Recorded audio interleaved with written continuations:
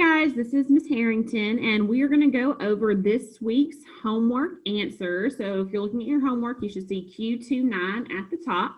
So we're going to start with Monday. So we're going to look at our first box under Monday. This is where you have the list of words that you're going to use in the other boxes that talk about which words have a root that means, which word means, and which word will best complete the sentence. Let's just go through these words together. Composite, postal, prescription, diction, manuscript, scribble, contradict, compose, pose, indictment. So let's go to this very first box. Which word means? And we're using a word from this first Monday box. Made up of lots of different parts. So when you're putting a lot of different things together to make one item or one thing, the word we're looking for here would be composite.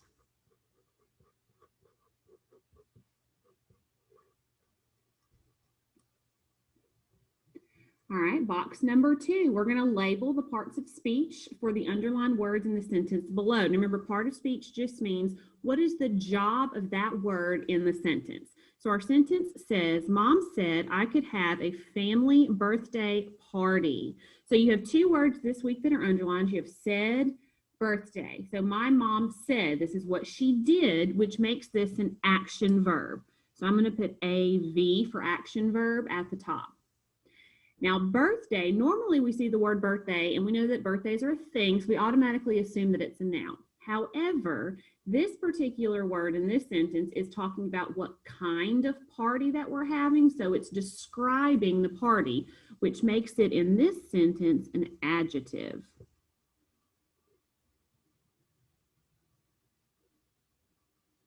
The next box is asking us to improve the sentence by expanding, combining, or reducing. So we know when we expand, we're adding useful or necessary information to a short sentence.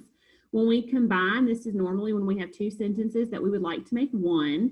And then when we reduce, we're removing unnecessary information or even information that's been repeated. So the sentence we have in front of us says, I want a cell phone. Now that's a pretty short, I would say, second grade sentence. So we want it to be a fifth grade sentence. So for this particular sentence, you would want to expand the sentence. Now you could expand it by maybe adding what kind of cell phone you want, maybe adding a reason why you want a cell phone. But as long as you add useful, necessary information to the sentence, you'll expand it correctly. All right, next box, we're talking about similes or metaphors, which are a type of figurative language. They're figurative language that we use to compare, and we have to tell what it means. So the sentence says, he was a feather as he tiptoed across the room. So a big clue here is it says he was a feather. Now we know he's not really a feather.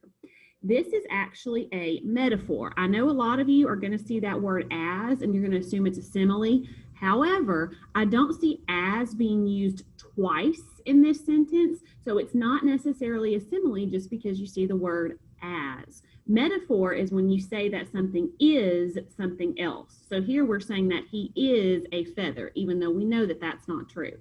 So we know that they have non-literal meanings. We don't really mean he's a feather. What do we really mean? What we're really trying to say is that he was quiet.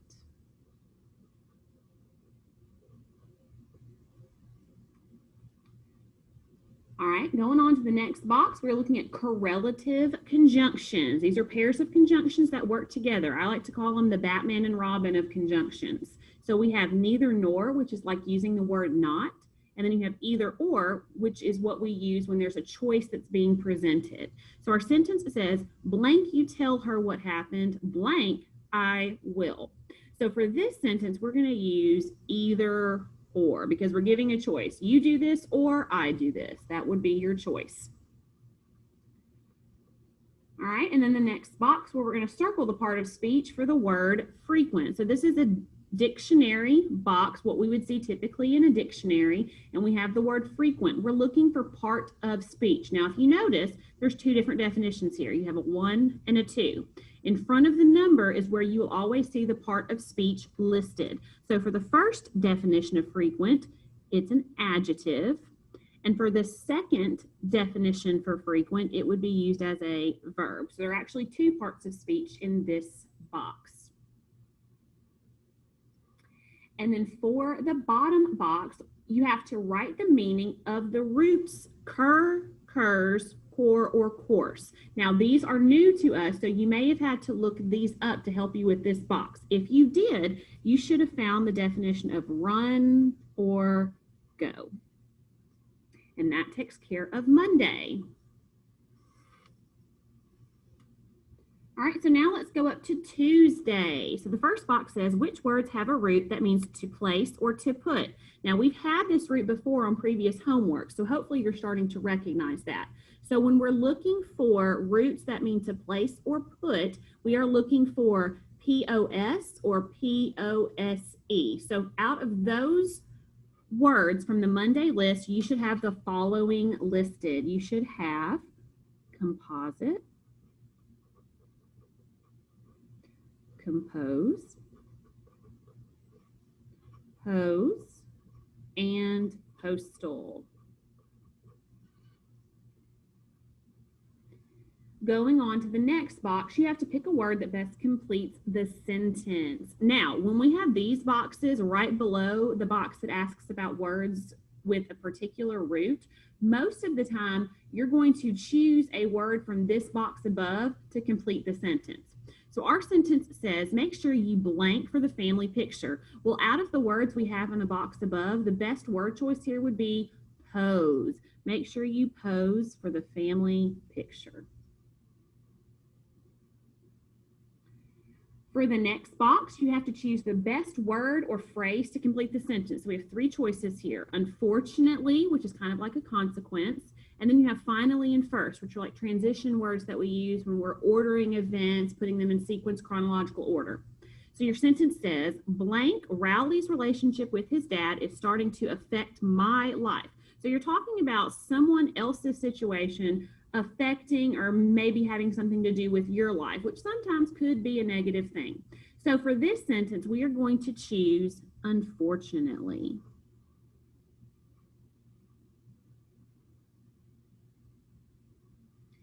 So for the next box, we have which word can mean a sphere and a dance. This is a multiple meaning word that could be used in two ways. So we have globe, ball, and party.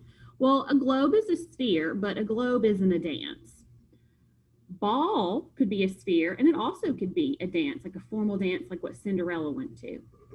Party has nothing to do with a sphere. You dance at a party. So out of the three words, the only one that has or that can mean sphere or dance would be ball.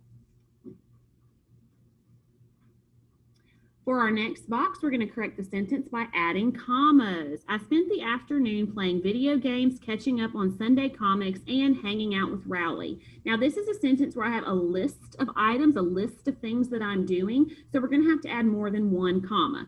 So I did several things here. I spent the afternoon playing video games, catching up on comics, and hanging out with Rowley. So when you have three items in your list, you're going to need two commas.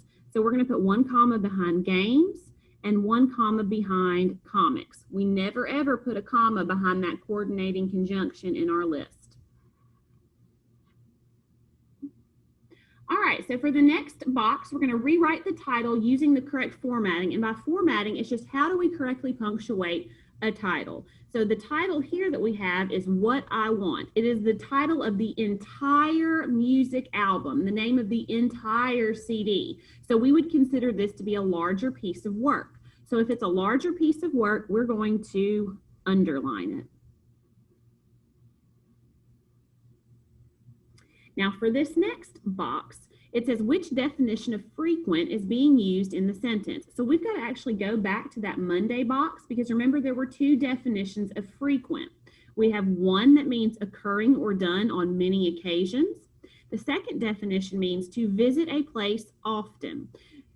The first definition is an adjective. The second definition is a verb. So when we look at this sentence, I frequent the library because I love books. I know that the word is not being used like an adjective because it's not being used to describe anything. It's being used like a verb because it's telling you what I did. So for this box, we're actually using definition number 2.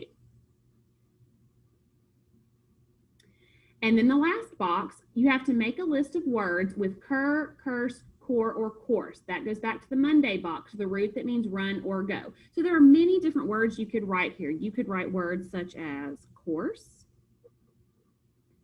cursive, or corridor. So as long as you have a few words listed here with that root, you should be correct on this box. And that wraps up Tuesday. So let's go ahead and go to Wednesday. All right, so for the first box for Wednesday, it asks us which words have a root that means speak. So we're going back to that Monday list. We've also seen the root for speak several times now, so hopefully you're starting to recognize that. So we're looking for words that have the root dict, D-I-C-T. So out of that Monday list, you should have the following words: diction, contradict, and indictment.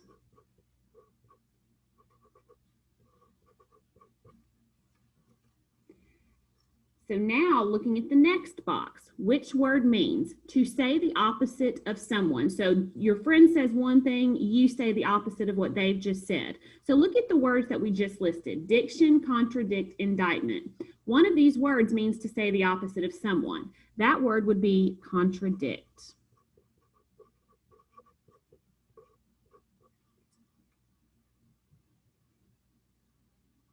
All right, with the third box, we're labeling parts of speech again. So our sentence says, you need to stop leaving your dirty clothes in the bathroom. So we have 3 words that are underlined: you, dirty, in. Well, we know that you is a pronoun because it is replacing somebody's name. So I'm just going to put P-N for pronoun. Dirty is describing the clothes. What kind of clothes are they? They are dirty clothes. So because this word describes, we're going to label this as an adjective. And then in is going to be a preposition. So I'm going to put PR for preposition. Bonus question: if your preposition is in, what would your prepositional phrase be? In the bathroom. And what would your object of the preposition be? Bathroom. Hopefully you guys remembered that from when we went over prepositions and prepositional phrases. All right, moving on to the next box. You have to improve the sentence by expanding, combining, or reducing. So when I look at this box, I automatically see that I have 2 separate sentences here, which tells me I want to combine the sentences. So you have, I can get a cell phone. Oh, I can't get a cell phone. It is all Roderick's fault. So the best thing you could do here is either create a compound sentence, or you could create a complex sentence using the word because.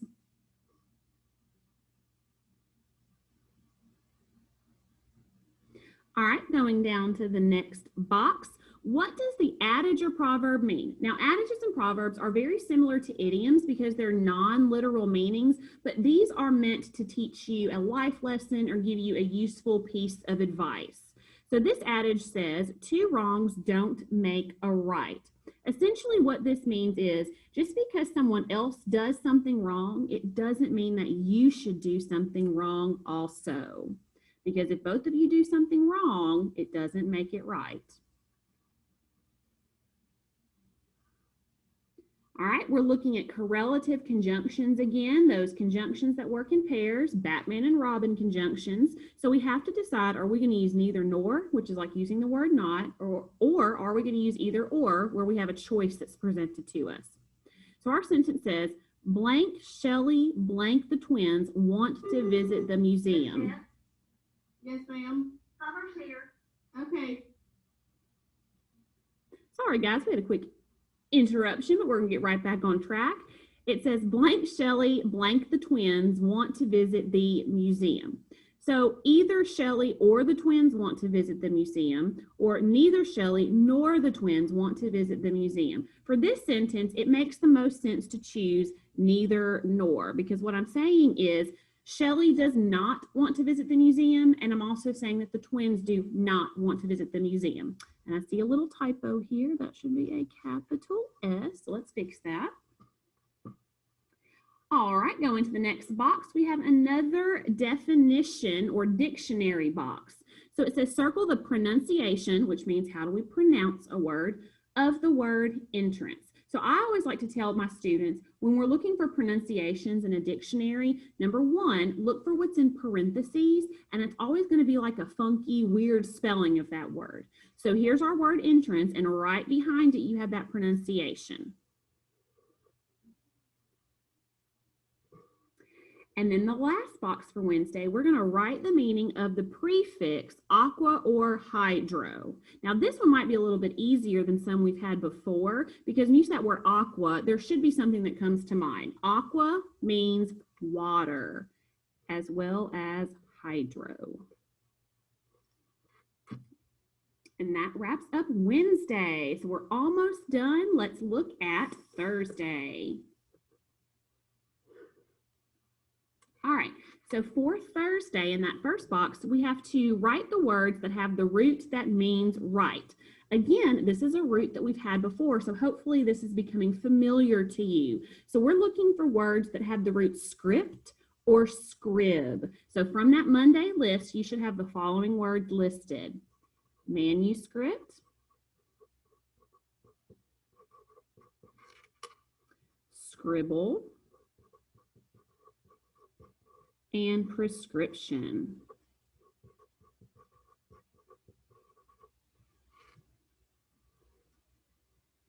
So the next box where we have to complete this sentence, we are going to use one of the words above. So the sentence says, I can't read your writing when you blank. Well, us teachers kind of know what this is like sometimes when some people rush through their work. We can't read your writing if you scribble. So take your time, guys. All right, going on to the next box, we're looking at another box that has to do with commas. So where does the comma go? Apparently, Rowley is heartbroken because I didn't invite him to my party. Now, I know that a lot of people would assume you need a comma where because is, but you actually do not, because it is in the middle of the sentence. This is a subordinating conjunction, which means this is a complex sentence. And when your subordinating conjunction is in the middle of the sentence, you do not need a comma. We are using the word apparently as an introductory element, like an introductory word, and we pause after we say apparently. Apparently, Rowley is heartbroken because I didn't invite him to my party. So we actually need a comma behind apparently.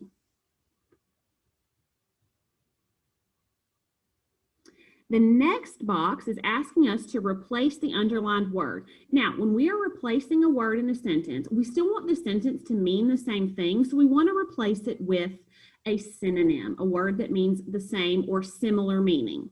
The cell phone wasn't an ordinary cell phone. Well, when we look up here, we have special, normal, exceptional. So a synonym for ordinary would be normal. Special and exceptional would actually be antonyms. All right, we have another box asking us about commas, so we have to read the sentence and decide where do we need to place the commas. For breakfast, I ate a bowl of Fruit Loops, a banana, some blueberries, and a glass of juice. That sounds delicious.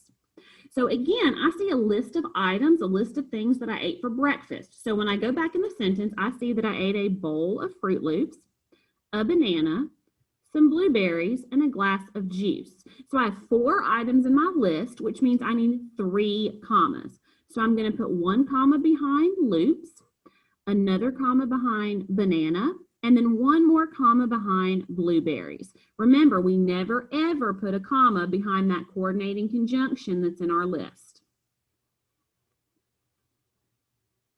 All right, we're coming to another box where you have to rewrite the title using the correct formatting, so punctuating that title correctly. So our title here is On My Own. This is a chapter title. So it's the title of one chapter in an entire book, which makes this a smaller piece of work. So because it's a smaller piece of work, we're going to put this title in quotation marks. All right, for the next box, you have to tell me which definition of entrance is being used in the sentence. So we have to go back to that entrance dictionary definition. And if you look, you've got one definition and a second definition. The first definition is a noun, and it means an opening that allows access to a place.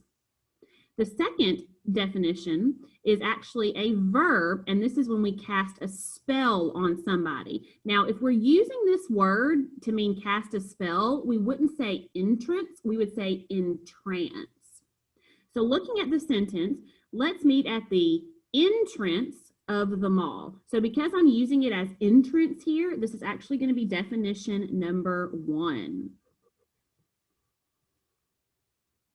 All right, in our final box for homework, you have to make a list of words with the prefixes aqua or hydro. So going back to Wednesday, we know that that prefix or those prefixes mean water. So there are a lot of words that you could list here. Some of those might be aquatic, aquarium, hydrogen.